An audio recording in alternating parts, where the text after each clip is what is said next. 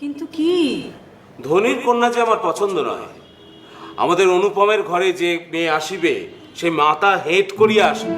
কি বলিস রে অনুপম? আগে জি মামা। তাহলে অনুপমের শ্বশুরবাড়ির লোক আমাদের ভালো করে খাতির যত্ন করবে কি করে? সেটাই তো আসল কথা।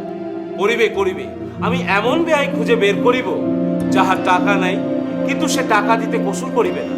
যাহাকে শোষণ করা যাইবে, যখন যা বলিব তাই করিবে, কিন্তু নালিশ করার সাহস পাইবে না। তোমার মামা বলিতেছেন যে বিবাহের কাজ শুরু করিবার আগেই তিনি কনের সমস্ত গহনা যাচাই করিয়া দেখিবেন। ইহাতে তুমি কি বলো? ও আবার কি বল? আমি যাহা বলিব তাহাই হইবে। ইহা কি ঠিক?